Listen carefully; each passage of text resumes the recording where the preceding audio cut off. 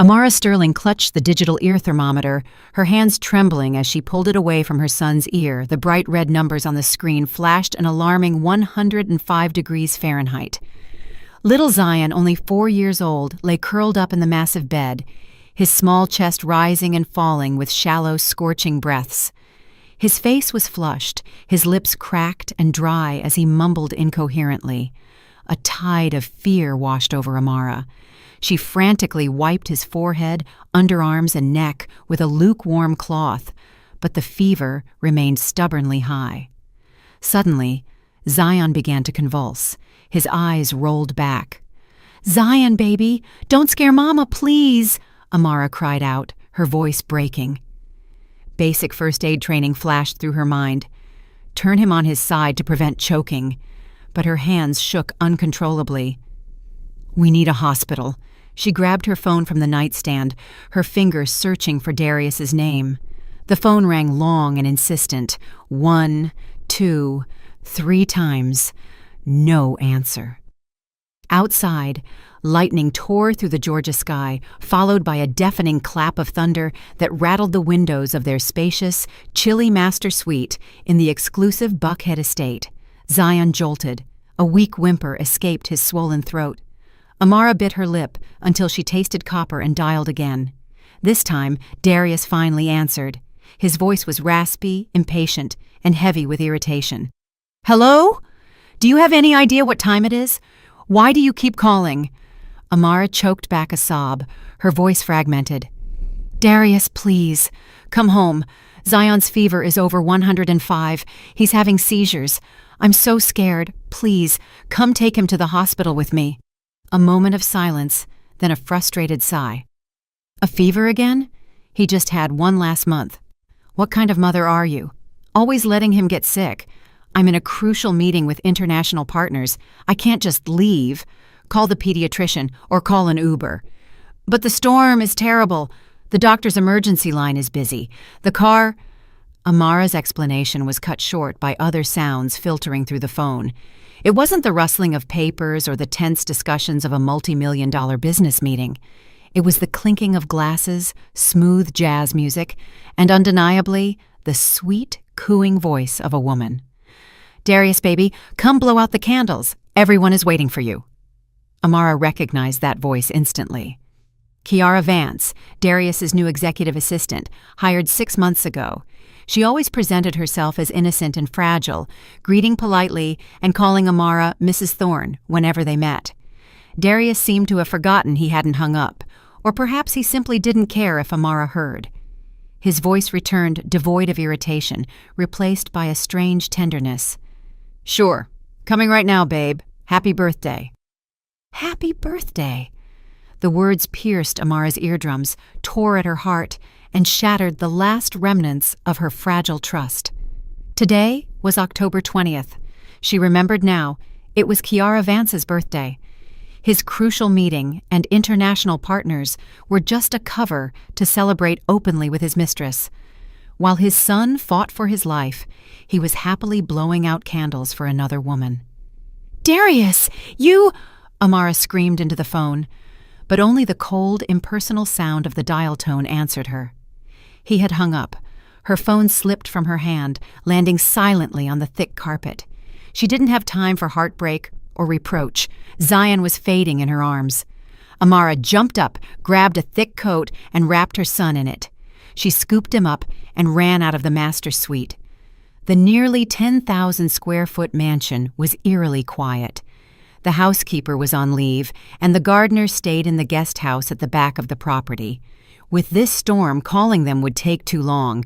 She ran toward the garage, intending to drive herself. But when the garage door rumbled open, she was met with an empty space. The 2 luxury cars that usually sat there, a black Maybach and a red Porsche, were gone. Amara froze. The Maybach was Darius's daily car, and the Porsche was in her name, but the spare keys were always kept in the mudroom. Now she remembered. This afternoon, Darius had said his car was still in the shop and had asked to borrow hers to take some clients for a spin. He had taken her car to drive his mistress to a birthday party. He had even taken Otis, the family's private chauffeur, leaving her and their son stranded in this storm, carless and driverless. Amara hugged Zion tight and plunged into the blinding rain. The main gate of the estate was nearly a quarter-mile from the main road. The wind whipped her face, and the cold rain soaked her thin silk pajamas in seconds. Amara slipped. Her knee slammed hard onto the sharp cobblestones. Excruciating pain shot up to her brain, fresh blood mixing with the rainwater, but she didn't dare let go. She clutched Zion tighter, shielding him from the heavy drops with her body. Amara struggled to her feet and kept running. Her bare feet, already bloody from the gravel, felt no pain, only the suffocating fear of losing her son. When she reached the main road, it was deserted. The few taxis speeding by were occupied or refused to stop in the severe weather. Her rideshare app searched for drivers in vain.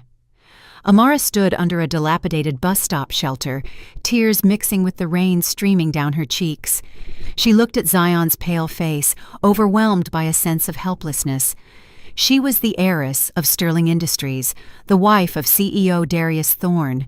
Yet, in that moment, she was as pathetic as a beggar, unable to find transport to save her son. Just as she was about to desperately throw herself into the street to flag down a car, an old delivery truck slowed down. The middle-aged driver poked his head out. "Ma'am, what are you doing out here in this weather?" Amara lunged forward like a drowning woman grabbing a lifeline, banging on the window.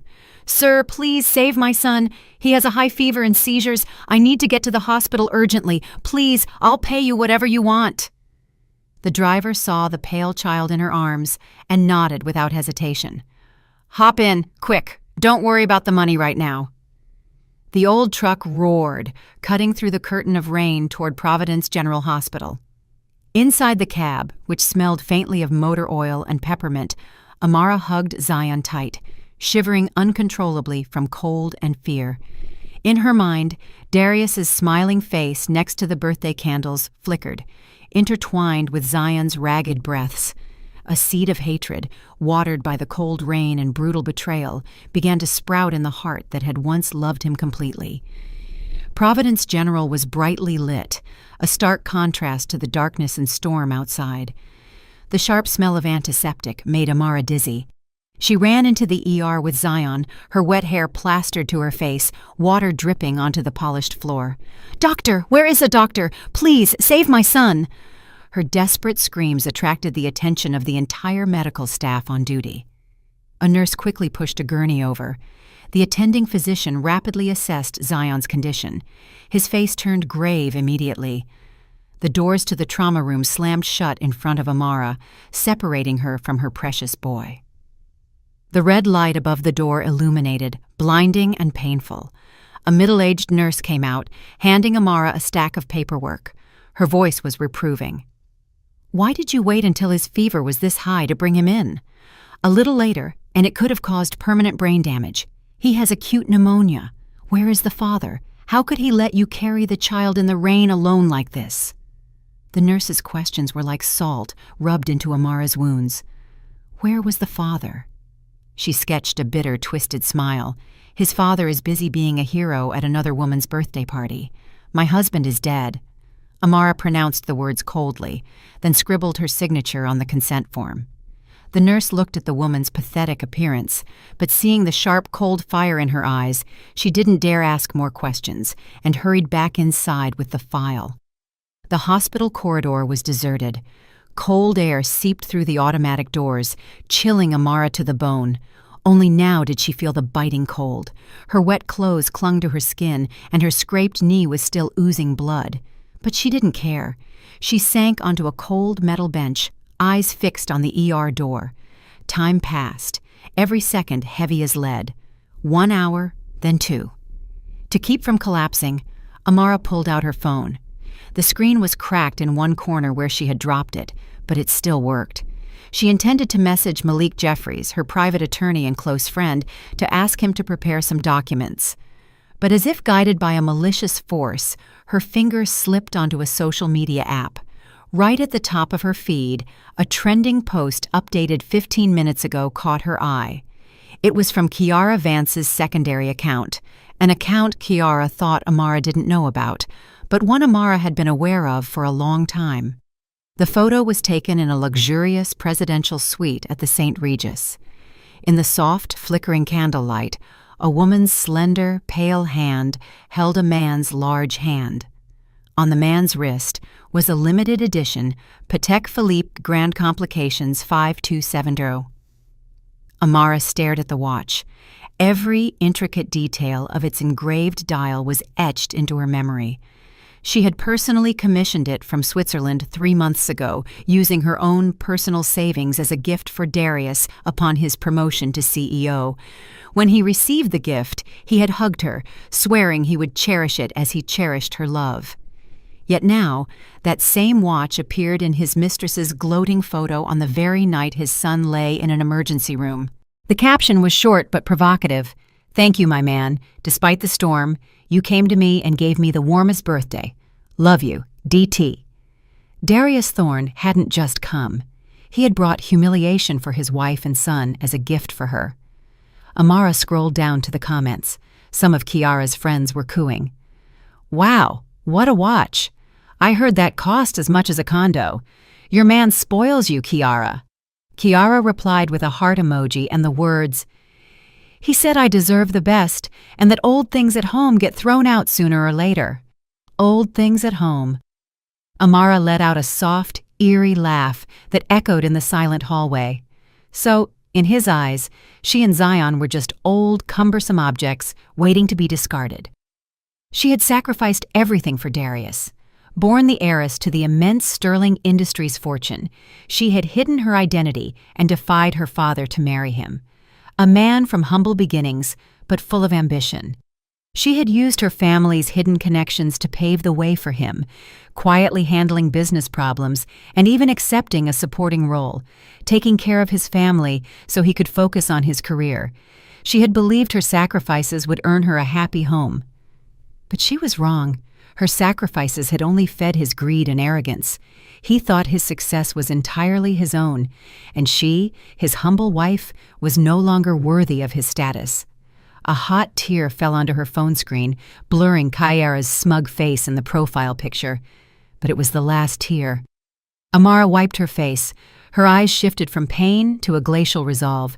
She took a screenshot of the post and saved it to a hidden folder. Then she opened her contacts and found a number she hadn't called in 5 years. Mr. Langston Sterling, her father. Just then, the light above the ER turned off. The door opened, and the doctor came out looking tired but slightly relieved.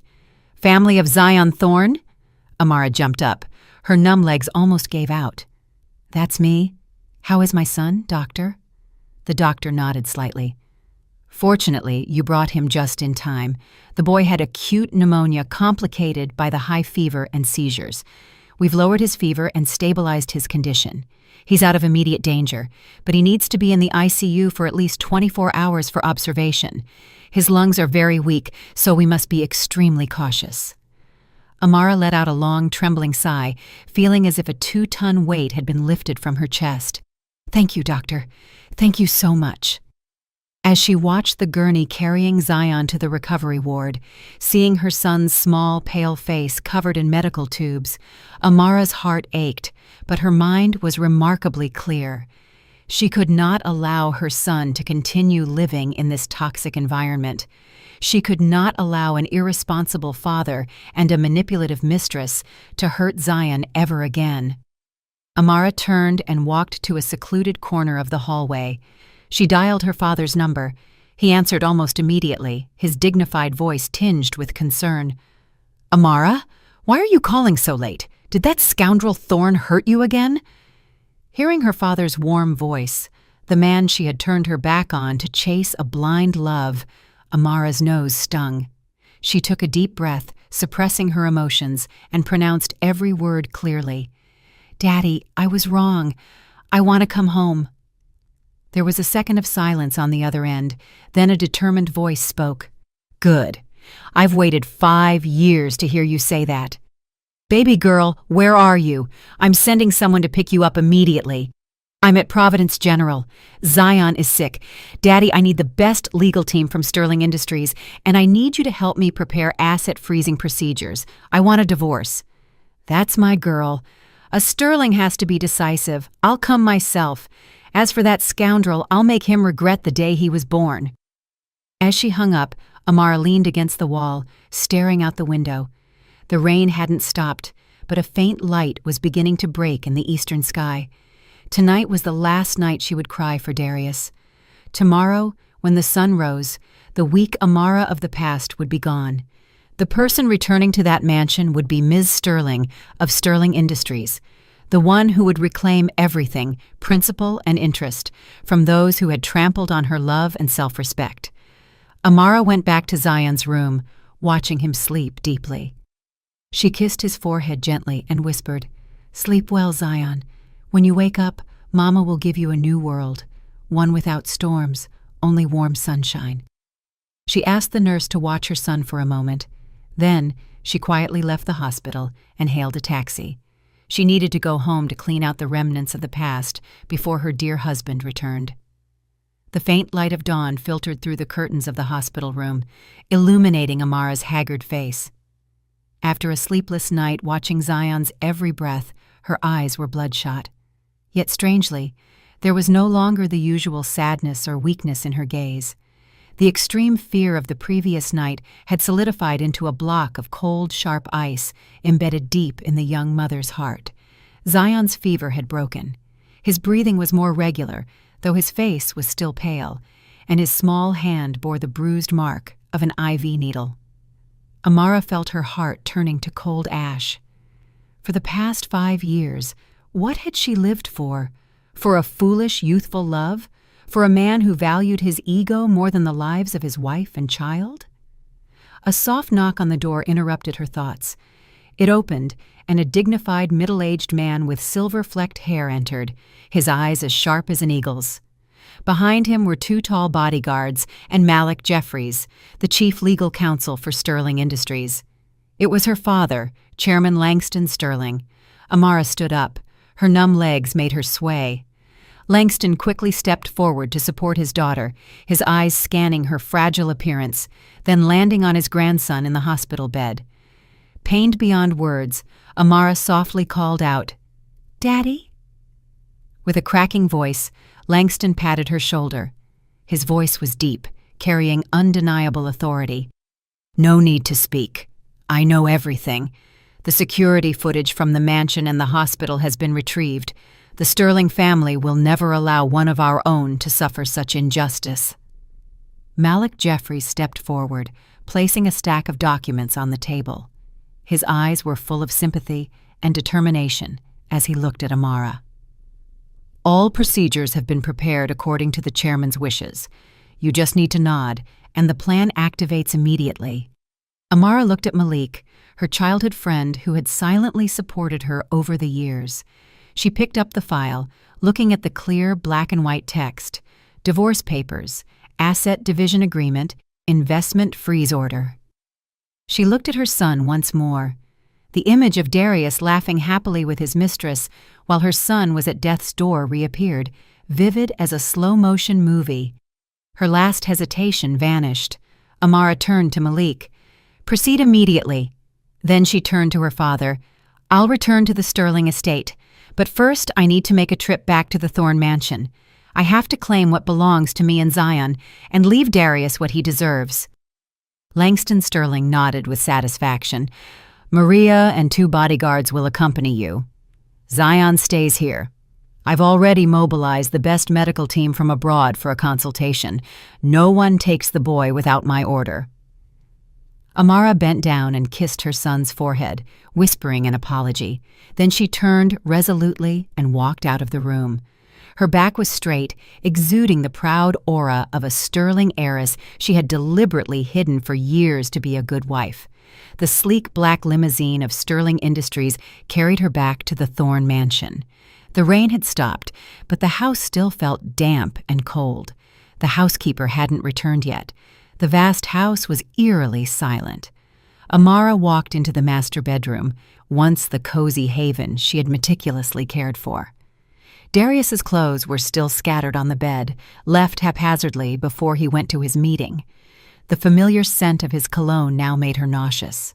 She opened the closet, unhesitatingly pushing aside the dazzling evening gowns Darius had bought for her to wear at social events to maintain his image.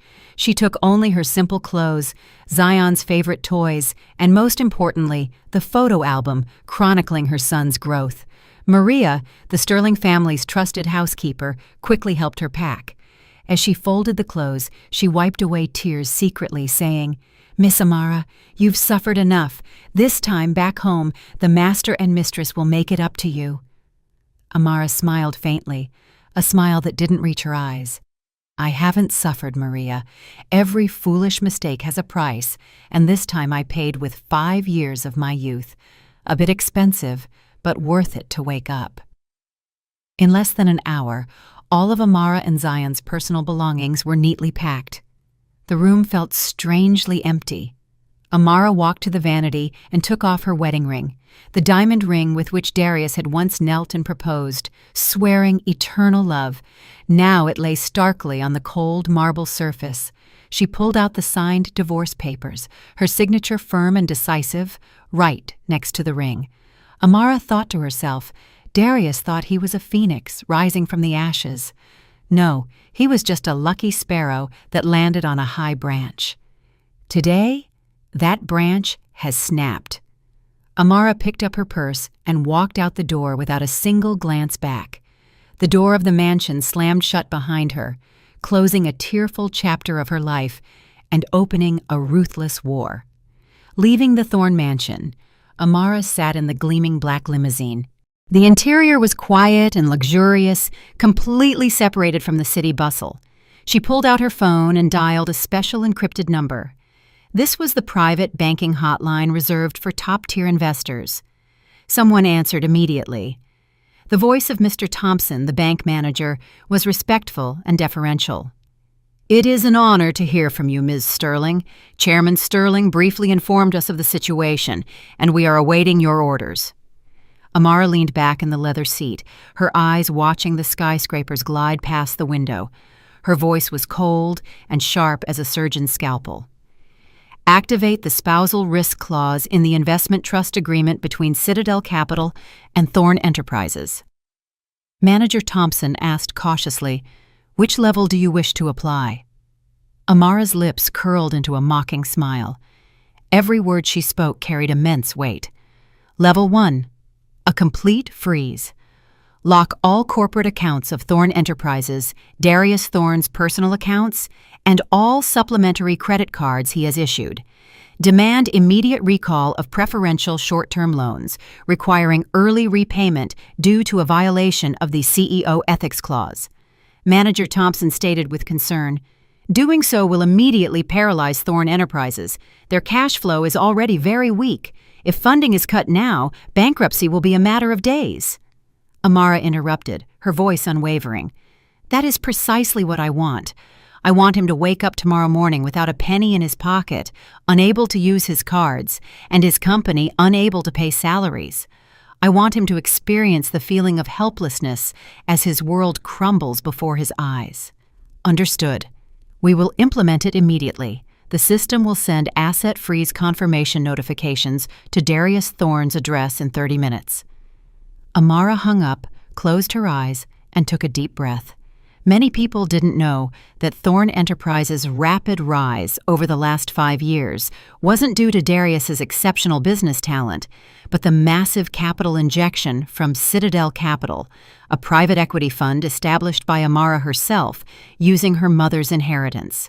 She had quietly pumped lifeblood into her husband's company, hiding her identity to protect his fragile male ego.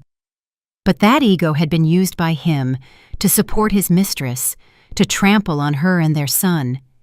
So she would reclaim everything. Her money, even if she threw it into the ocean, it should at least make a splash, not be enjoyed by that cheating couple. The car stopped in front of the city's most modern office building. Malik Jeffries was already waiting there. He handed her another stack of documents. "These are the asset freeze confirmations from the court and the bank. Hard copies have been delivered by courier to the Thorne mansion, stuck directly on the refrigerator door as you requested." Amara took the confirmation paper with the red stamps from the bank and court. She remembered Darius's habit. Every time he came home, drunk or sober, the first thing he did was open the fridge for a drink. This paper would be an excellent appetizer for him tomorrow morning. Amara continued, her eyes gleaming dangerously. What about the luxury apartment Kiara Vance is living in? Whose name is it in? Malik adjusted his glasses, a knowing smile on his face. It's in Darius Thorne's name, but it's community property. Although he bought it secretly with embezzled company funds, legally you own half the property. Furthermore, with the proof of infidelity you provided, the court will rule that the majority of assets belong to you and Zion. Amara nodded with satisfaction. Notify the building management to cut the power and water and deactivate the key cards. State that the owner requests the unit be sealed for dispute resolution. I want to see how Kiara survives on the 25th floor without electricity, water, or an elevator. Malik looked at her with admiration. You've really changed. Amara looked him directly in the eyes. Her voice deepened. It's not a change, Malik. I'm reclaiming what is rightfully mine. My son almost died because of his depravity. I won't let anyone hurt him again. From now on, the weak Amara is dead. Only Amara Sterling remains. She walked into the elevator, her fitted black dress exuding cold power. The financial war had officially begun. She didn't just want Darius Thorne to divorce her. She wanted him to leave with nothing but the clothes on his back, buried in debt, so he would understand that the price of betrayal was far higher than he could ever imagine.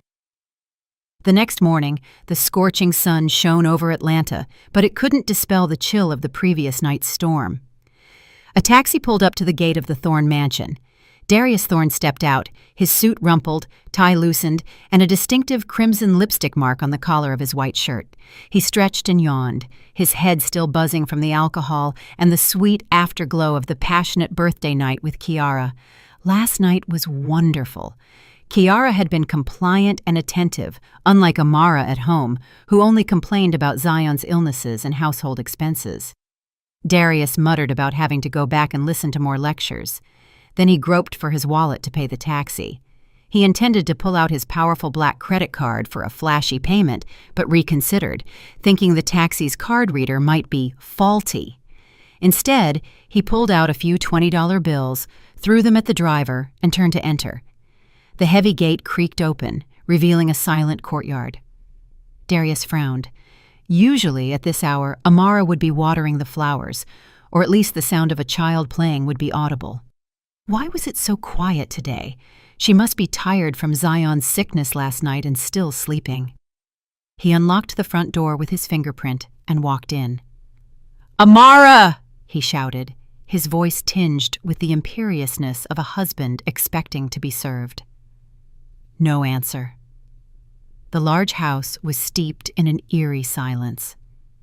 There was no smell of the breakfast Amara usually cooked, no sound of slippers shuffling to greet him. The living room was tidy, so clean it felt cold, as if no one lived there. Darius frowned. A sense of unease gripped his heart. He climbed the stairs and pushed open the master bedroom door. Where is she? Is she hiding from me? And how is Zion? The room was empty. The bed was cold and untouched. The closet doors were wide open, revealing empty shelves. All of Amara's clothes were gone. The vanity was bare. No lotions, no lipsticks. He stood frozen for a few seconds, then let out a mocking laugh. "Playing her old trick of running back to her parents to threaten me," he muttered. "Women, always making a fuss over nothing. If you want to leave, go ahead. Let's see how many days it takes for you to come back crying." Darius didn't bother anymore. His throat felt parched from the alcohol. He went down to the kitchen, intending to drink a glass of cold water to clear his head and then go back to sleep. He opened the refrigerator. As the door swung open, a white paper slapped him in the face, carefully stuck with a magnet in the most visible spot. The title read clearly, "Notice of Asset Freeze and Debt Demand." Darius squinted to read it. At first he smirked, thinking it was a childish prank by Amara. But when he read the line, All accounts of Mr. Darius Thorne have been frozen at the request of the primary creditor. The smile on his face froze. He ripped the paper off, crumpling it in his hand. "What the hell is this?" He ran to the living room, to the coffee table where he usually sat. On the table, divorce papers lay starkly next to his diamond ring. In the divorce filing, the plaintiff was Amara Sterling, and the reason was clearly stated: adultery, abandonment of marital duties, abandonment of a child in critical condition. Darius picked up the papers, his hands starting to shake. Not from fear of losing his wife, but from a feeling of humiliation. His weak, housewife spouse who clung to him all year round dared to initiate a divorce. Just then, his phone vibrated wildly in his pocket. It was a text from the bank. A series of notifications flooded the screen. Checking account locked. Available balance, $0. Platinum credit card deactivated. Maybach loan overdue, requiring immediate payment. Otherwise, asset seizure initiated. A barrage of messages, like bombs exploding, plunged Darius into panic. He frantically dialed Amara's number, but only received the message: "The number you have dialed is no longer in service." He threw his phone onto the sofa, roaring like a wounded beast. "Amara, you dare do this to me!" He didn't believe Amara had the guts or ability to do this. It must be her family inciting her, a family of small-time merchants daring to go against the CEO of Thorne Enterprises. He'd teach them a lesson. But first, he needed money. He remembered there was some cash and gold in the safe in his study.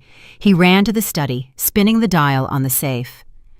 A click echoed, and the safe swung open. Empty. Inside, only a yellow sticky note remained with Amara's familiar handwriting. "The money used to buy this gold was from my inheritance. I'm taking it back. The safe is yours. You can store air in it." Blood rushed to his head. Darius stumbled, grabbing the edge of the desk to steady himself. He realized the situation was far more serious than he had imagined. This empty house wasn't a temporary tantrum. It was a calculated punishment. Unable to locate Amara, unable to get money, Darius, in his extreme panic and anger, decided to drive to the company. He had to check the real financial situation. He didn't believe a housewife like Amara could affect Thorne Enterprises. He ran to the garage, but then remembered both cars were gone. The Maybach, he didn't know where the chauffeur had taken it. In fact, it had been repossessed by the bank first thing in the morning. His wife's Porsche was nowhere to be found. He cursed and had to run to the main road for a taxi. Arriving at the headquarters of Thorne Enterprises, he was met with unprecedented chaos. Employees swirled around, arguing anxiously, their faces worried. As soon as Darius walked in, the CFO ran out, her face pale. She informed him that this morning the bank had announced a freeze on all company accounts. Material suppliers were also calling to cancel contracts.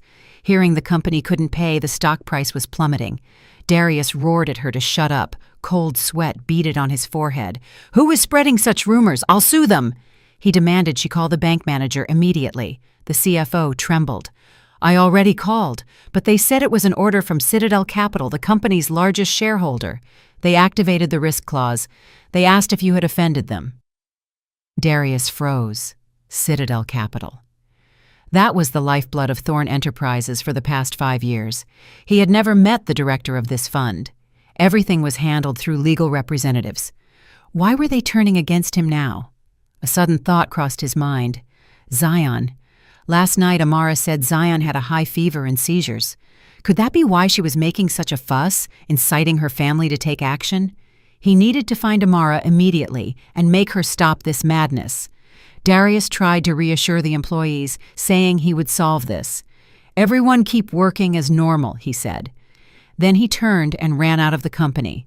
He went to Providence General. After all, he was Zion's father. He had a right to visit his son. Besides, he believed that as soon as he appeared, with a few words of comfort and the excuse of being busy with work, Amara would soften like always. Women were always sentimental when it came to their children. At the pediatric reception desk, Darius, panting, asked for Zion Thorne's room. The nurse checked her computer, then looked at him with a strange gaze. She said that Zion, the boy with high fever and seizures from last night, had been discharged and transferred. Darius asked angrily where they had moved him. The nurse replied that the records indicated a transfer to the Sterling family wing and questioned why he, as the child's father, didn't know. Darius was stunned. The Sterling family wing? That was the most exclusive VIP area of the hospital, reserved only for Sterling family members and high-ranking officials. No amount of money could get you in without a connection. Why was his son there? Could it be Amara's family? A chilling premonition hit him. He had never really cared about his wife's background. He only knew her father was a businessman from out of town. He had always thought they were just an elderly couple saving up for their daughter who married a rich man. Darius ran to the VIP zone, but as soon as he reached the security gate, 2 tall bodyguards in black suits and sunglasses stopped him. They stated coldly, "Private area, no unauthorized entry." Darius tried to push past, shouting that he was Zion Thorne's father and he was there to see his son. One of the bodyguards shoved him back coldly, sending him stumbling to the floor. "Your name is not on the visitor list. Miss Sterling explicitly instructed that you and any dogs are not allowed entry." Darius, enraged, asked who he dared call a dog and who Miss Sterling was.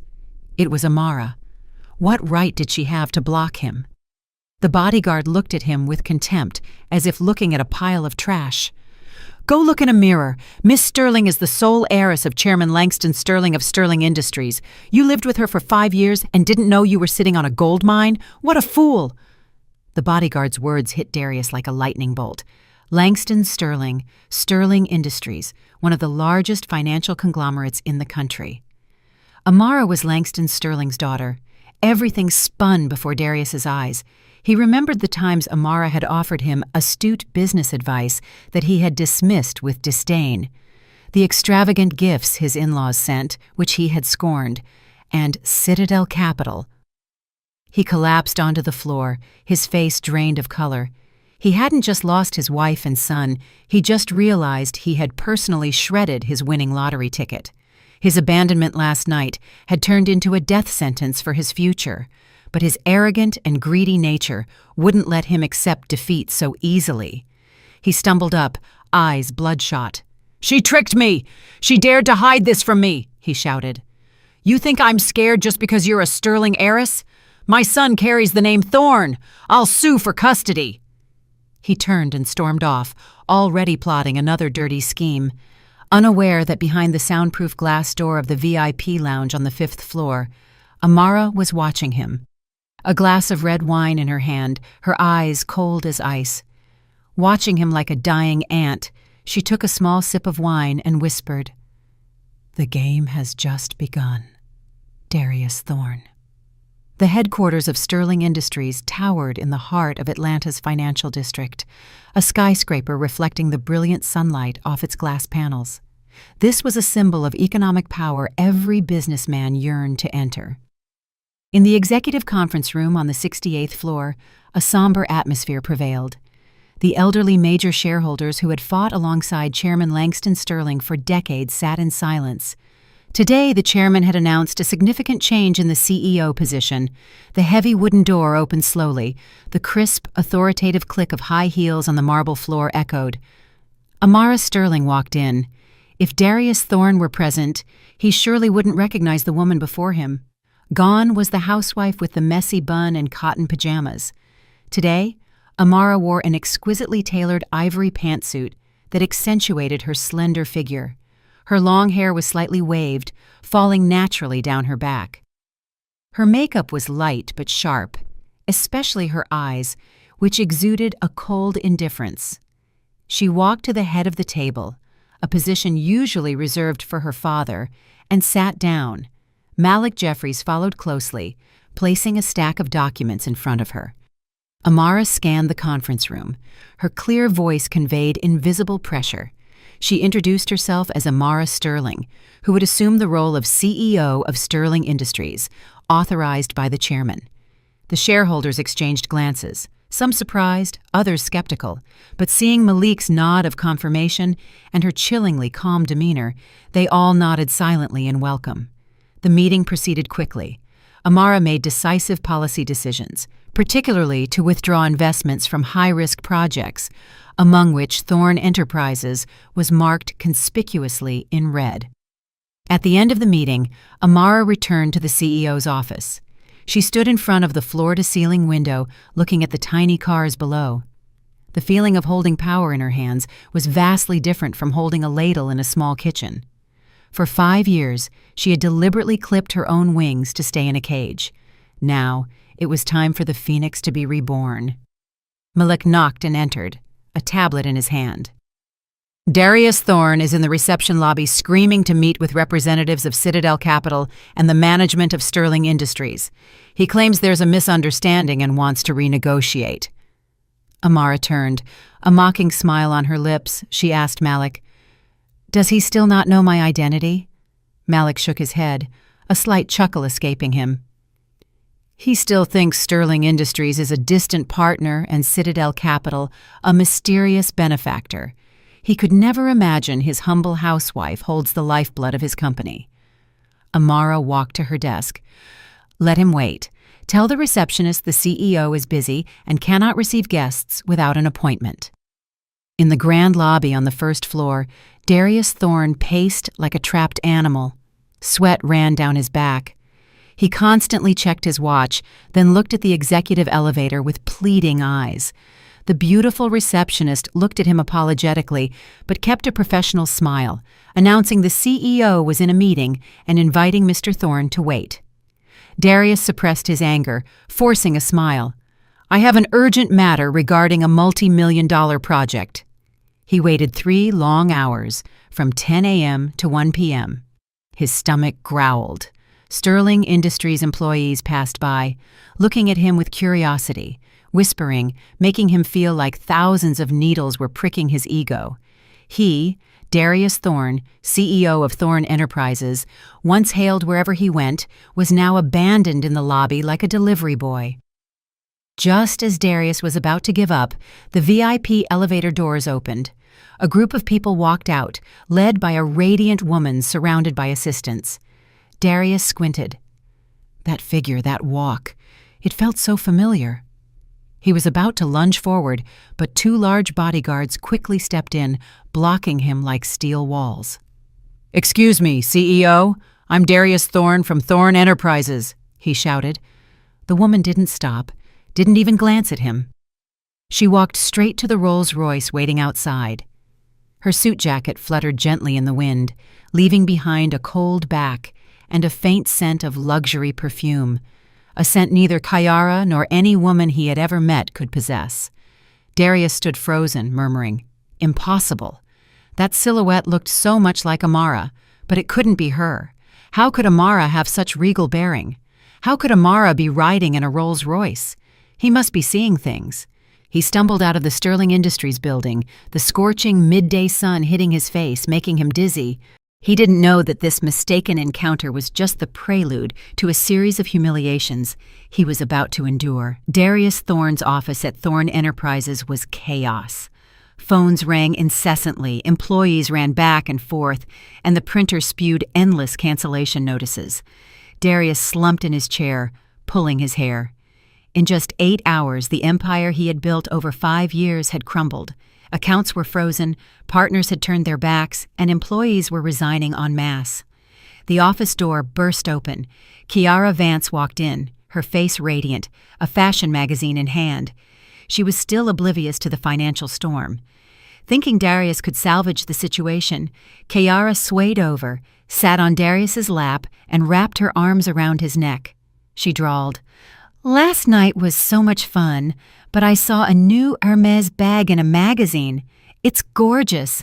Buy it for me, baby, as a late birthday present." Darius, already furious, exploded. He shoved her violently, sending her stumbling. "Are you crazy?" he roared. "The company is on the brink of bankruptcy. Where am I going to get money for a damn bag?" Kiara froze. Her large eyes filled with tears. Her innocent expression vanished, replaced by a calculating glint. She stood up, her voice suddenly cold. "The company is really bankrupt? Didn't you say you were a business genius?" Darius loosened his tie with rage. "This time is different. Amara, that crazy woman conspired with outsiders to freeze my assets. I need cash, desperately." He turned to Kiara, his voice softening slightly. "Give me back the jewelry and credit cards I gave you. I need to sell them. When this crisis passes, I'll buy them back for you 10 times over." Kiara's face hardened. She stepped back, crossing her arms, a sneer on her lips. "You're funny," she mocked. "What is given is not taken back. That's payment for my youth spent with you. Now you want to take the clothes off my back?" Darius couldn't believe his ears. Was this the sweet, understanding Kiara? He glared at her, pointing a finger. "Ungrateful wretch, you clung to me when I was rich, and now that I'm broke, you turn your back on me?" The two began a loud argument. Vulgar insults flew across the poorly soundproofed office. Just as the argument reached its peak, the company's internal PA system suddenly crackled. "Hello? Do you have any idea what time it is?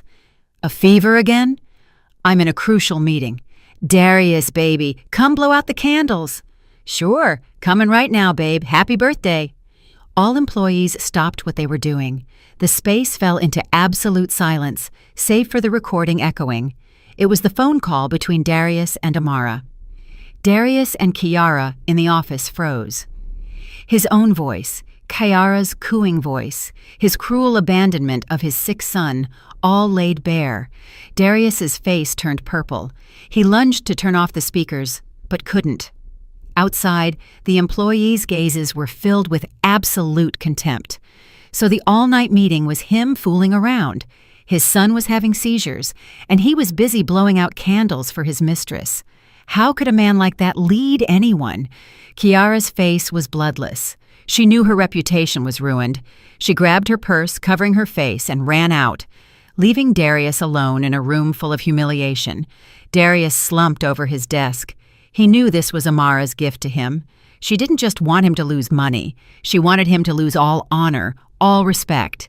She wanted to expose his hypocrisy to the world, and she had done it cruelly and thoroughly. 3 days after Thorne Enterprises plunged into crisis, Darius finally received a meeting from Amara's representative. The location was a luxurious garden cafe. Darius arrived 15 minutes early, wearing his most expensive suit, trying to project confidence. He believed Amara would show up. All he needed was to meet her, use emotional manipulation, and leverage their son to convince her. Exactly at 3 p.m., a black car pulled up. The person who stepped out wasn't Amara, but Malik Jeffries. The lawyer walked into the cafe and sat opposite him without a handshake. Darius snapped, "Where's Amara? I want to speak directly to my wife, not a stranger." Malik calmly ordered a black coffee. Then he looked at Darius. "Amara doesn't want to meet with a man of such moral decay. From this moment on, I am her fully authorized legal representative." Darius slammed his hand on the table, snarling, "Malik, don't push me. Tell her to lift the asset freeze immediately, or don't blame me for being ruthless." Malik chuckled, pulling a thick stack of documents from his briefcase. "Darius Thorne, take a good look," Malik said. "This is a detailed bank statement of your accounts. A total of $1.5 million has been transferred to accounts related to Kiara Vance for a condo, a car, jewelry, designer bags, and luxury trips. Meanwhile, last month you complained about Zion's expensive tuition, making Amara pay for it." Darius glanced at the dense numbers. Cold sweat broke out. Malik continued his attack. "That $1.5 million is community property. Amara demands you return this amount in full before any division. Otherwise, you will face charges of asset dissipation and fraud." Darius stammered, I don't have the money to pay it back." Malik shrugged. "That's your problem. Amara has a message for you. She doesn't need your cheap apologies. She wants you to leave empty-handed, just as you came to her. Even the shirt you're wearing was bought with her money. She's not asking you to strip here. That's the last shred of dignity she's preserving for you." Darius gritted his teeth, shifting to a threatening tone. "If she pushes me, I'll expose everything. I'll let the world know the daughter of Chairman Sterling is a cruel woman who drove her husband to ruin. Let's see if Sterling Industries' stock crashes then." Malik stood up, adjusting his tie, looking at Darius with pity. "Try it. But remember, the Sterling family has enough money and power to make you disappear. Also, Zion has formally changed his last name to Sterling. You have permanently lost your parental rights." With that, Malik turned and walked away, leaving Darius sitting alone, surrounded by the curious stares of other patrons. He clenched his fists, nails digging into his skin. He hated Amara, hated Malik, hated the whole world, but forgot that he had dug his own grave. Cornered, Darius went back to Kiara Vance's condo, where the power and water had been cut, forcing him to climb 25 floors up the stairs. Kiara was curled up in a corner, face streaked with tears. Seeing Darius, she only looked up with resentment. Darius threw his suit jacket on the floor. He told Kiara they were pushing him too hard and he had to fight back. Kiara's eyes lit up. She was a calculating person and knew if she abandoned Darius now, she had nowhere to go. Might as well take a risk. She approached Darius, whispering her plan. She suggested that since Amara was using her family's power, public opinion would always side with the underdog. "Let's play the victims," she urged. "Go online with your parents. Cry that your rich daughter-in-law looks down on your poor family. She forbids the grandparents from seeing their grandson and is having an affair with her lawyer." Darius's eyes gleamed. A perfect plan. He immediately called his parents in their rural town, asking them to come to the city that night. The next morning, a live stream aired on a popular social media account. In the video, Darius sat head bowed, looking haggard. Next to him was his mother, Mama Thorne, a countrywoman crying hysterically. Between sobs, she lamented her misfortune, marrying a rich daughter-in-law who treated her in-laws worse than dogs. "She didn't tell us when our grandson was sick. She just took him away. My son worked day and night, and just because he forgot his wife's birthday, she kicked him out, froze his assets, and now he has no money to eat. She's also having an affair with that lawyer, plotting to steal my son's company." Darius occasionally chimed in with choked words, saying he only wanted to see his son. Kiara was behind the camera directing the internet trolls she had hired. Thousands of comments began to flood the net. "OMG, she's so cruel. Men work so hard, and their wives cheat and steal assets. This kind of woman should be publicly shamed. Boycott Sterling Industries. Justice for this husband." The online wave of fury exploded. Those who didn't know the full story began directing their anger at Amara. The stock price of Sterling Industries fluctuated slightly. Darius watched, a smug smile on his lips. "You have money, Amara, but I have public opinion. Let's see how you get out of this storm." At the Sterling estate, Amara sat on the sofa, an iPad in hand, watching the live stream. Her face was calm. Maria, standing next to her, trembled with indignation. "They are scoundrels! Miss Amara, let me call someone to deal with them." Amara waved her hand. "Let them perform. The better the play, the more tragic the ending. They want to play victims. I'll grant their wish. But first, they have to climb very high, so when they fall, they shatter." She turned to Malik. "Prepare a press conference. It's time to release the undeniable proof. The truth about that stormy night and the true face of his crying mother will come to light." Darius Thorne chose the wrong opponent for this media war. The grand ballroom of the Ritz-Carlton, reserved by Sterling Industries for the press conference, was packed. Hundreds of reporters from major media outlets, famous bloggers, and onlookers were present. The story of the rich daughter-in-law oppressing her husband had been the hottest topic on social media for 24 hours. Exactly at 9 a.m., the ballroom doors opened. Camera flashes flickered continuously. Amara Sterling walked out. Contrary to everyone's expectations, Amara appeared surprisingly simple. She wore a modest black long-sleeved dress devoid of any jewelry. Her makeup was light, but couldn't hide the fatigue in her eyes. Beside her was Malik Jeffries and the formidable legal team of Sterling Industries. Amara walked to the podium, bowed humbly, and sat down. Her composure silenced the ballroom. Malik took the microphone, announcing they were forced to speak due to the severe damage to Ms. Sterling's reputation. A reporter stood up immediately. "Ms. Sterling, is it true that out of baseless jealousy you froze your husband's assets and drove him to ruin?" Amara looked directly at the camera. She didn't answer but signaled the technician. The giant LED screen behind her lit up. The first image was an enlarged medical record. Patient name, Zion Thorne, age 4. Diagnosis, acute pneumonia, high fever with seizures, respiratory failure. Admission time, 2:15 a.m., October 20th. Condition at admission, critical. The entire ballroom held its breath. Next, the screen split in two. The left side showed security footage from the luxury apartment building where Kiara Vance lived.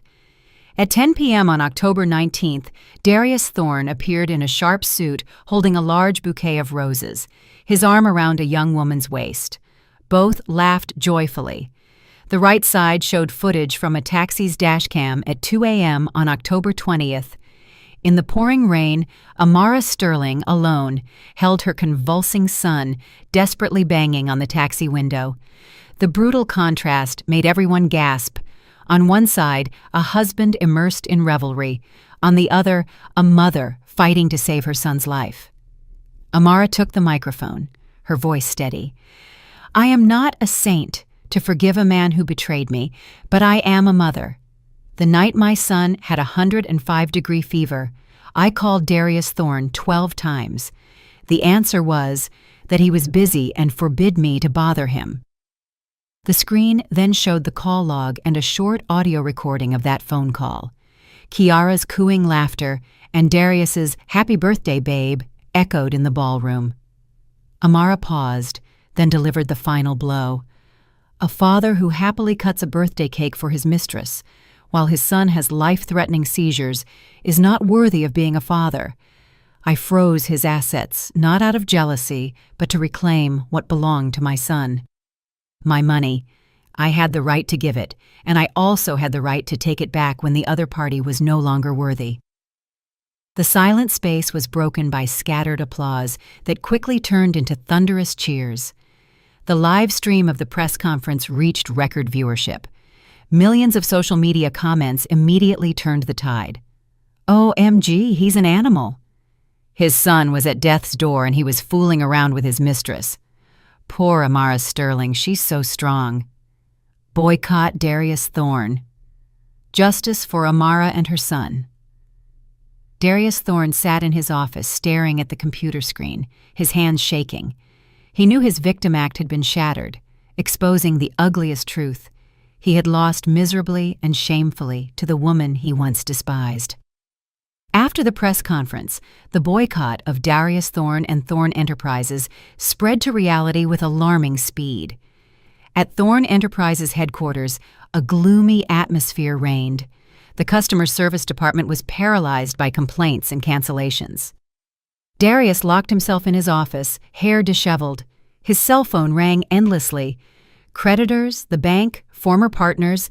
He answered a call from the manager of National Bank. The voice on the other end was cold, announcing that due to the CEO's severe credibility collapse, the bank had classified Thorne Enterprises as a high-risk bad debt. They demanded Darius repay the entire $3 million loan within 3 days. Darius slammed the phone down. $3 million. He didn't even have $30,000.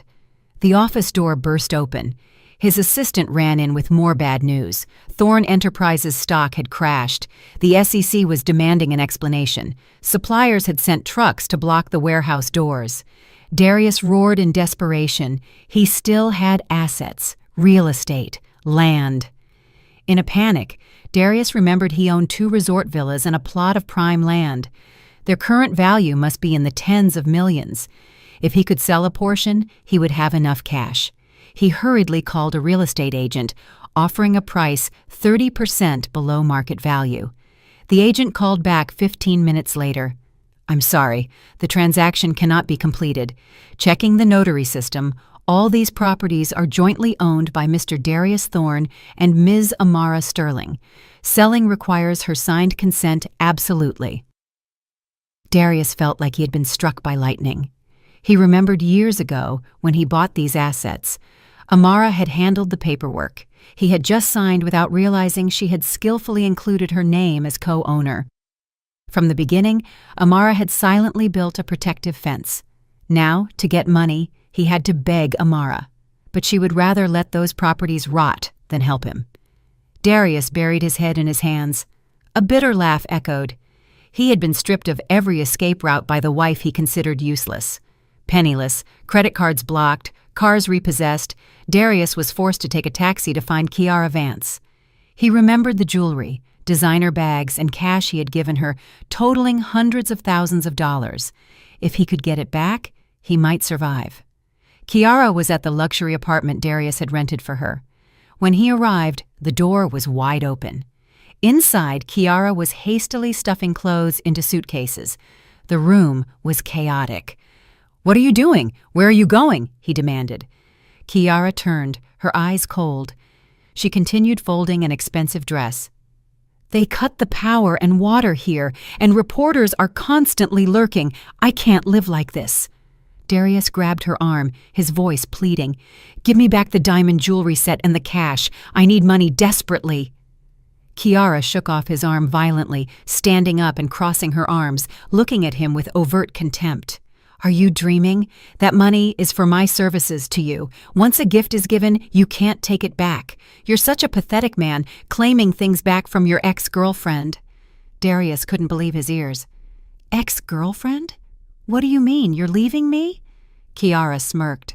"Wake up, Darius. What do you have now? Your company is bankrupt. You're buried in debt. Your reputation is in the gutter. You think I loved you for your beer belly? I loved your money. Now you're just a broke bum. Why should I bury my life with you?" Darius shook with rage. He remembered her sweet words that she loved him for who he was. It was all a fake. He roared, lunging to grab her bag. "Ungrateful wretch!" Kiara screamed obscenities, scratching his face. They wrestled, falling onto a pile of clothes. In the struggle, Kiara's suitcase popped open, spilling out a passport and a plane ticket. The accompanying passenger name wasn't just hers, but another man's. A real estate tycoon Darius had once met. Darius picked up the ticket, hands shaking. "How long have you been cheating on me?" Kiara fixed her messy hair and sneered. "Not long, since your company started showing signs of cash flow problems. A smart person knows how to find an escape route, right? Who is as stupid as Amara to sacrifice her youth and money for a worthless man? Although Amara was pretty smart, wasn't she?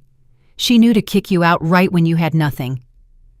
The mention of Amara was the final stab. He compared the two women, one who gave him everything but he betrayed, the other who only knew how to extort money, but he worshipped. Darius dropped his arms, stumbling back. He felt dirty. He turned and walked away, leaving behind Kiara's shrill laughter. After leaving Kiara, Darius wandered the streets, going to his parents' house. His mother, seeing her son in such a pathetic state, instead of comforting him, screamed that it was all Amara's fault. "She stole all your assets. She stole my grandson. She's so rich she'll surely brainwash the boy to forget his blood." Mama Thorne urged Darius. "If she won't let you see him, go to his school and pick him up. You're his father.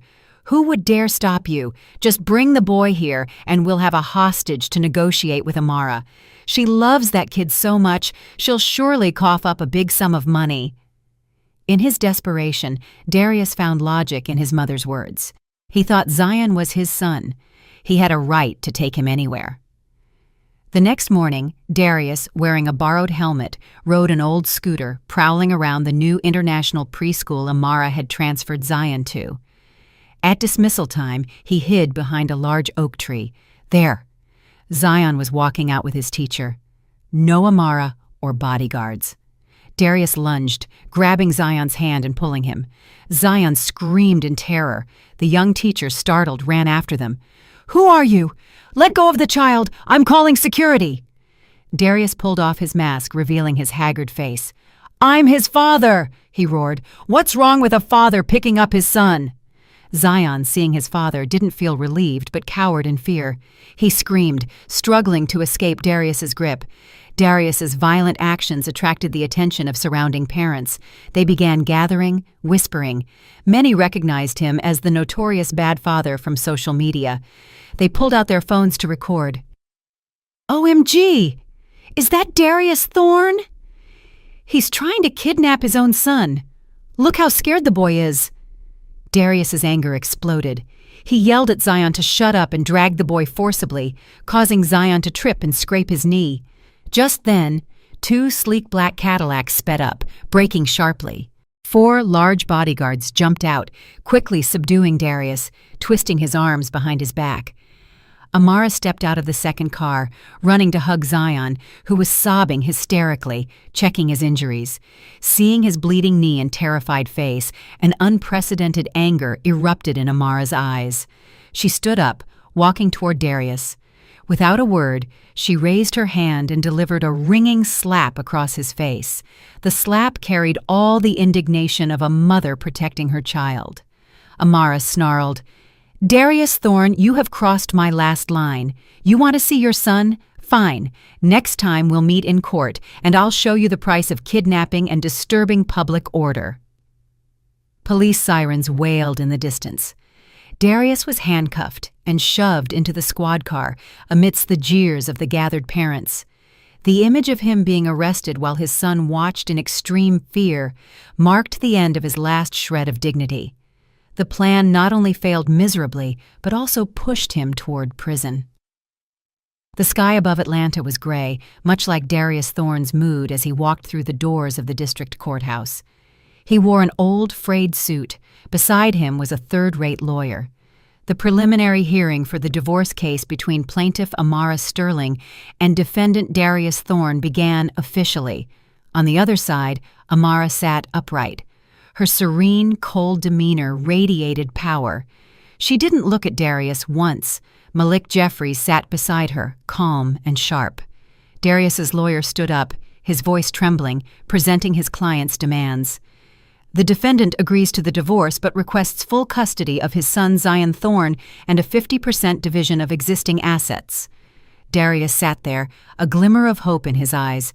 He thought no matter how powerful Amara was, the law was the law. Assets acquired during marriage had to be divided equally. The judge turned to the plaintiff. Malik Jeffries stood up calmly. "Your Honor," he said, "before discussing asset division, I would like to present a crucial piece of evidence. It is a prenuptial agreement signed between Ms. Amara Sterling and Mr. Darius Thorne on May 15th, 5 years ago, one day before their marriage registration." Hearing this, Darius laughed. "Malik, are you crazy? I never signed any such agreement. It must be forged." Malik smirked slightly. He requested the judge show Darius the original document. When Darius held the contract, seeing his own elaborate signature at the bottom, his face went pale. A hazy memory from 5 years ago resurfaced. It was his bachelor party the night before his wedding. He had been dead drunk. Amara had given him a stack of papers saying they were urgent documents for the marriage license requiring his signature. He had signed blindly. It turned out Darius had unknowingly signed his own financial death warrant. The contract clearly stated that all assets created or inherited by Amara before and during the marriage were her separate property. The shares of Thorne Enterprises were investment capital from Citadel Capital. Darius Thorne was merely a salaried operator. The judge banged the gavel, declaring the contract legal and valid. Darius collapsed completely. As for child custody, Malik presented irrefutable evidence. Zion's medical records, the video of Darius abandoning his sick son, and the police report on his attempted kidnapping. The judge delivered the final verdict: divorce granted. Amara Sterling obtained full custody of her son. Darius Thorne was stripped of visitation rights and granted 0 assets. Furthermore, he was ordered to repay the $1.5 million he had embezzled to give to Kiara Vance. The court session concluded. Amara stood up. As she passed Darius, she paused and spoke softly. That signature was the price of your blind confidence. Years ago, I made you sign it only to protect myself against potential risks. I never imagined I would use it against you. You forced my hand." Darius looked up, following his ex-wife's retreating figure. Tears streamed down his face. He had lost completely.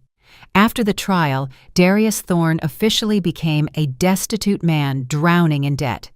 He still believed he had talent. He just lacked capital. He frantically sought opportunities.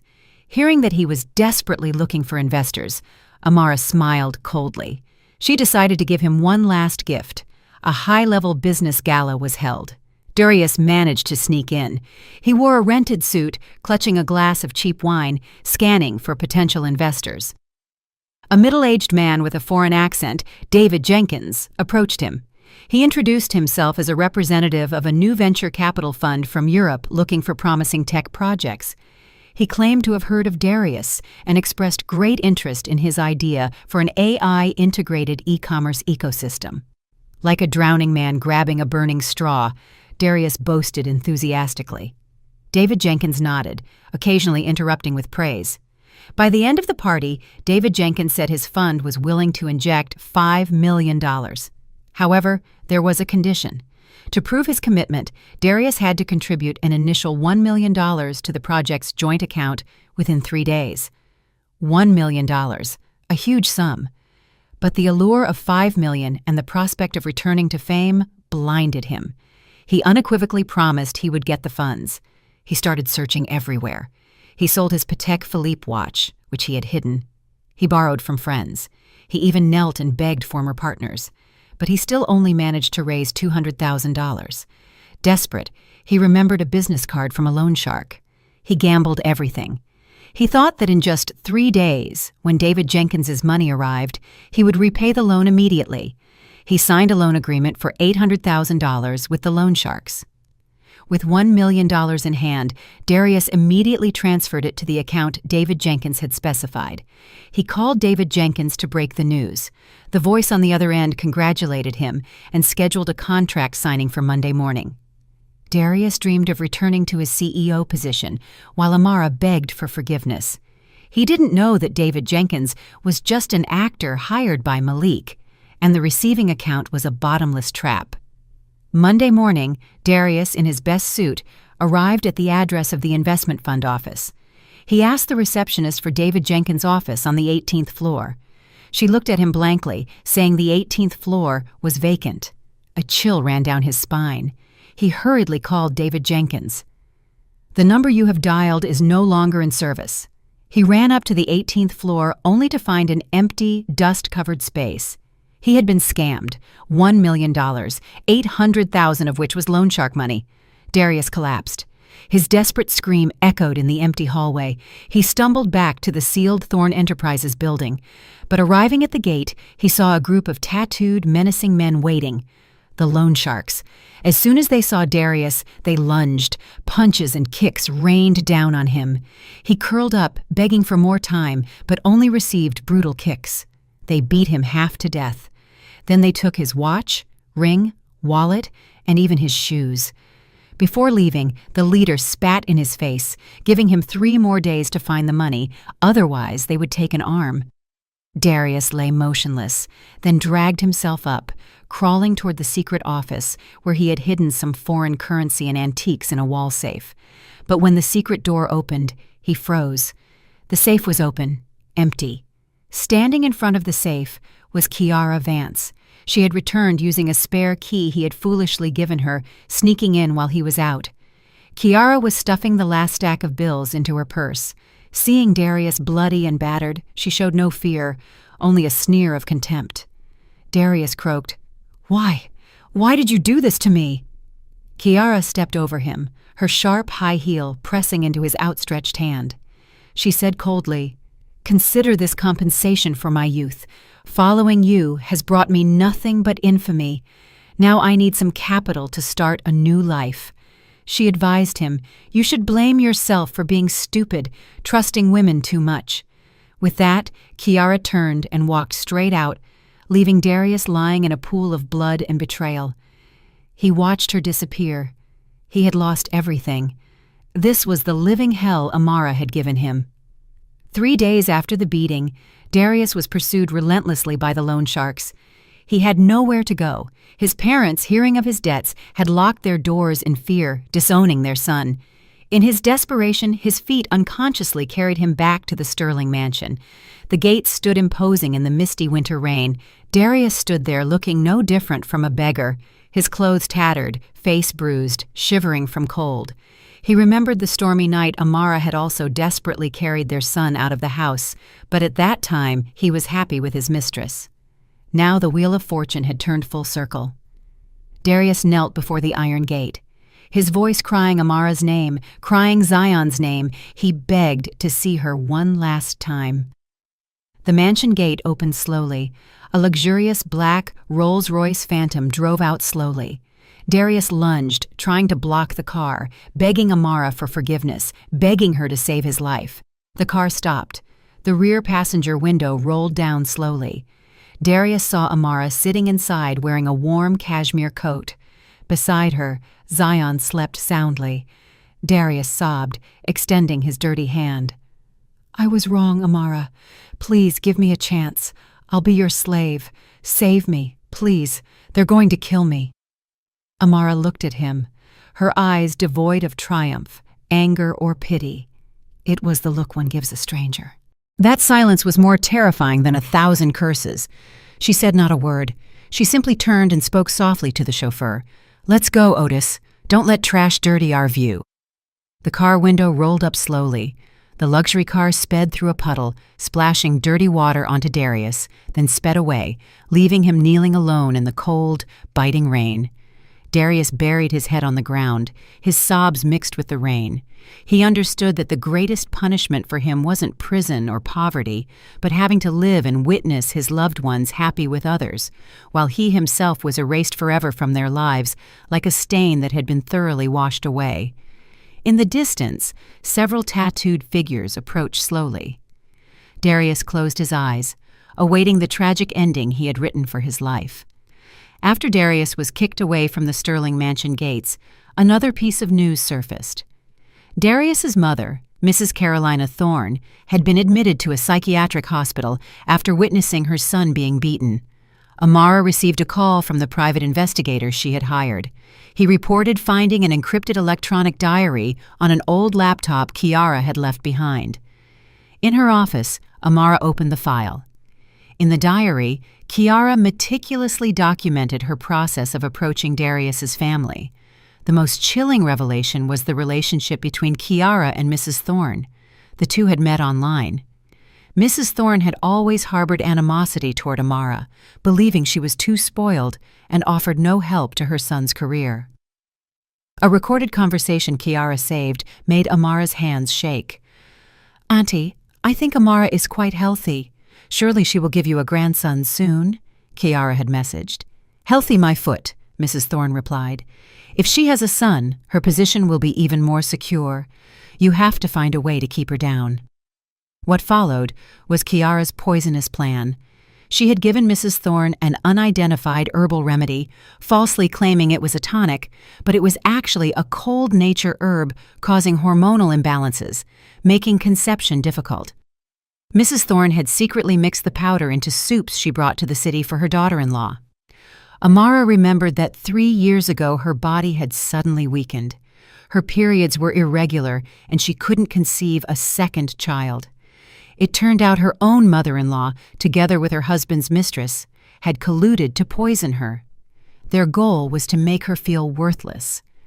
Reading the last line where Kiara boasted that the plan had caused Amara to miscarry once without anyone knowing, tears streamed down Amara's face for pity, for the little life that had been taken by its own grandmother.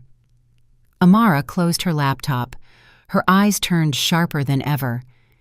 If before she only wanted to reclaim her money and dignity, now she wanted them to pay with blood and freedom. This was aggravated assault and attempted murder. She dialed Malik Jeffries. "Malik, take all this evidence to the authorities. I want to prosecute Carolina Thorne and Kiara Vance for assault. I will show no mercy this time." The city police had been busy. After receiving the complaint and evidence from Sterling Industries' legal team, an urgent investigation was launched. Darius, after being denied help by Amara, had been hiding in a dilapidated motel. He lived like a cornered rat, but the law finally caught up. That night, police sirens tore through the quiet motel district. The rotten door of the motel room was kicked down. Darius instinctively tried to flee, but two detectives subdued him.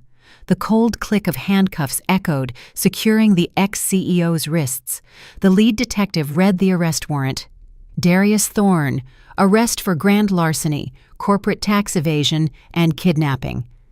At the same time, at the border crossing, Kiara Vance, hair dyed blonde, was trying to flee the country.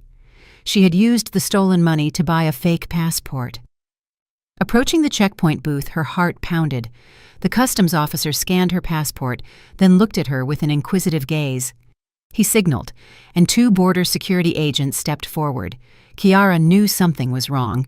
She dropped her luggage and turned to run, but the police had already set up an ambush. In less than 2 minutes, Kiara was tackled to the ground. When the police officer pulled out a national arrest warrant for theft, fraud, and assault, Kiara went silent. The two traitors finally met at the city police detention center. In the interrogation room, Darius and Kiara were chained to 2 chairs facing each other. The moment they saw each other, they immediately lunged, tearing each other apart verbally. Darius roared, calling Kiara an evil woman who had instigated him, stealing his money. He confessed everything, pushing all blame onto Kiara. Kiara was just as vicious. She laughed maniacally, spilling everything about Mrs. Thorne and her poisoning of Amara, and also accusing Darius of being the mastermind behind the company's tax evasion. The more fiercely they tore each other apart, the clearer the evidence became. 3 months later, the trial took place. The courtroom was packed. Darius Thorne, Kiara Vance, and Mrs. Carolina Thorne stood before the court. Darius was haggard, his eyes dark and lifeless. He wore the black and white striped uniform of the detention center. Kiara was disheveled. Mrs. Thorne rambled, laughing maniacally. Amara Sterling did not attend. She entrusted everything to Malik. The judge read the charges. Darius Thorne, guilty of grand larceny, tax evasion, and kidnapping. Total sentence, 20 years in prison. Kiara Vance, guilty of theft, fraud, and assault. Total sentence, 12 years in prison. Carolina Thorne, guilty of assault. Due to diminished capacity, mandatory indefinite psychiatric hospitalization ordered. Hearing the verdict, Darius collapsed. 20 years. When he got out, he would be a 50-year-old man, homeless, childless, and with no future. His life officially ended here. Kiara cried hysterically. Mrs. Thorne kept laughing maniacally, oblivious that she would spend the rest of her life in a mental institution. Before the defendants were taken away, Malik Jeffries walked over. He held a new certificate up to Darius. It was Zion's reissued birth certificate. In the name section, the name Zion Thorne was gone, replaced by Zion Sterling. And in the father's name section, that line was left blank. Malik told Darius, "This is the last gift Amara sends you. From now on, the boy has no legal or blood relation to the Thorne family. You have no parental rights anymore." Darius stared at the paper, his mouth agape. This pain was more terrible than the 20-year prison sentence. He had lost the last connection to the decent world. He buried his head, tears running onto his cold handcuffs. He regretted it, but it was too late. The door of the police van slammed shut, trapping him in darkness. The state penitentiary housed dangerous criminals. Darius Thorne began his days of confinement here. On his first day, he tasted the cell rules. He was placed in a common cell with hardened criminals. When they found out Darius was in prison for fraud and abandoning his sick son, the cell block leaders looked at him with contempt. In the underworld, there were unwritten codes. Never hurt your wife and kids. Darius's actions were considered the most despicable. That night, Darius was beaten within an inch of his life. From then on, his life was hell. He had to do the dirtiest jobs, scrubbing toilets, washing clothes, and giving his meager food portion to the leader. Every night, memories were his cruelest torturer. He remembered the warm mansion where Amara always waited. He remembered Zion's innocent smile. He remembered the days when society respected him. Darius looked at his calloused, scarred hands. These hands once wore a $1 million watch and signed multi-million-dollar contracts. Now they only shoveled waste. He realized that everything he once had wasn't due to his brilliance, but had been given to him by Amara. She was his good fortune. He had personally shredded his golden ticket. One day, Darius saw an old newspaper. On the culture page, there was a photo of a charity art exhibition. In the photo appeared a beautiful, radiant Amara standing next to a handsome Zion, holding a first-place trophy. And behind them, his protective hand on Zion's shoulder, was Malik Jeffries. The three of them looked like a perfect, happy family. Darius trembled, tears blurring the image. He pressed the newspaper to his chest, letting out a cry of pain.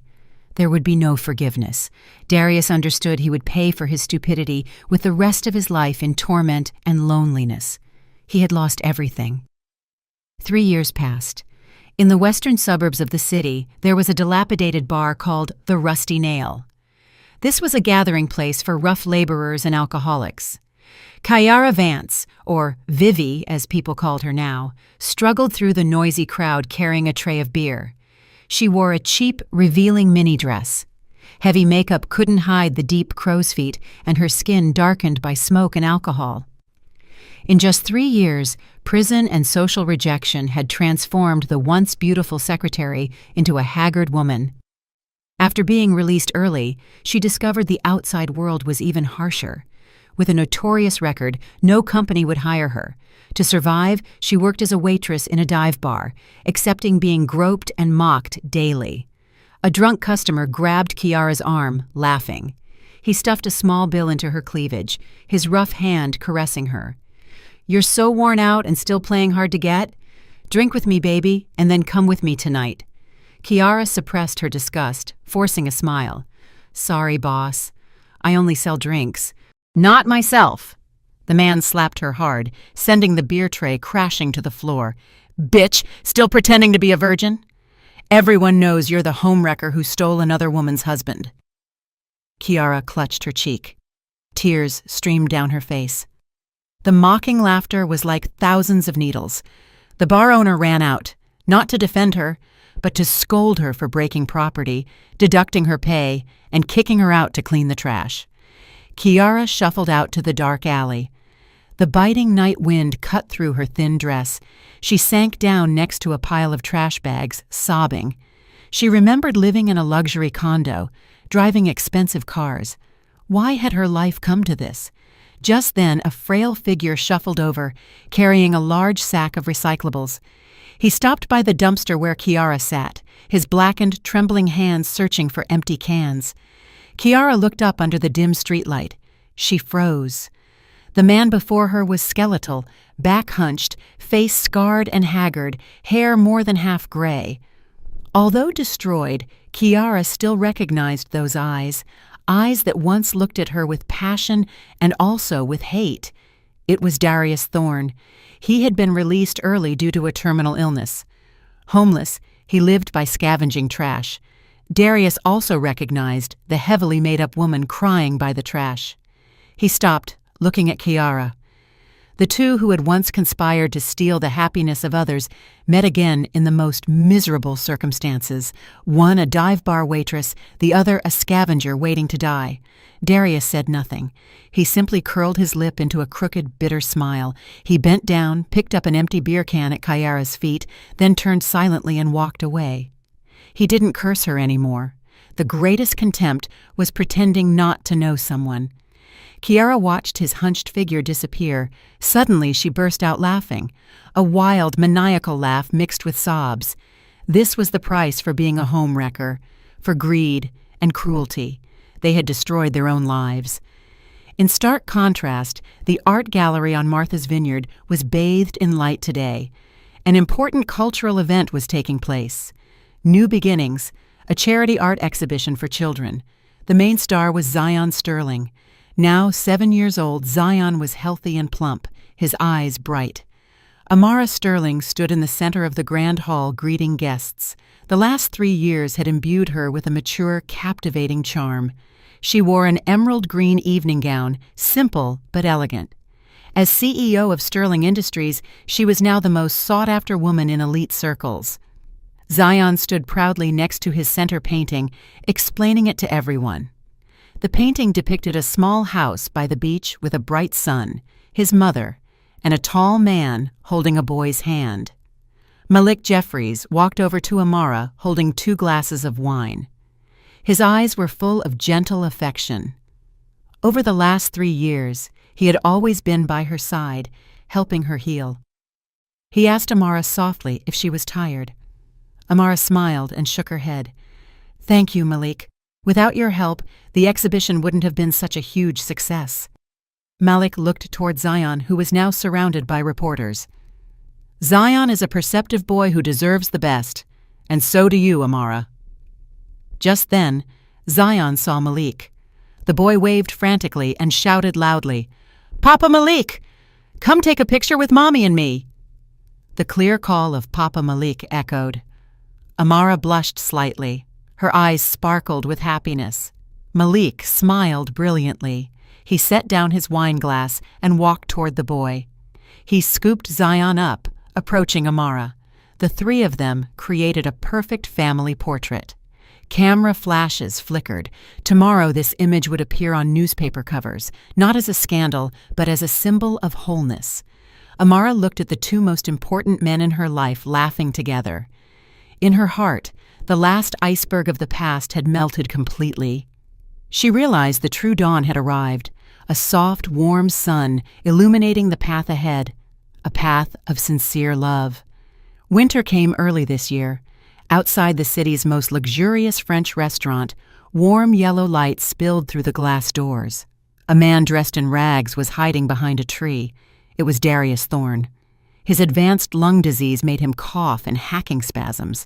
He no longer had the strength to collect recyclables, only to wander and beg. He wasn't here today to beg. He remembered it was Zion's birthday. A father's instinct, though tainted, still urged him to return just to see his son from afar. The restaurant door opened. Amara Sterling stepped out first on Malik Jeffries' arm, laughing happily. Malik carefully adjusted her scarf. Walking beside them was Zion. The boy wore a little suit. He looked like a little prince. Darius's dull eyes went wide. That was his ex-wife, his son. But now they seemed so distant. Zion held Malik's hand, skipping. The boy looked up and asked Malik something. Malik leaned down, ruffled the boy's hair, and laughed. Zion hugged Malik's leg with affection. That image was like a knife through Darius's heart. He remembered years ago how Zion used to long for him to come home, but he was always busy.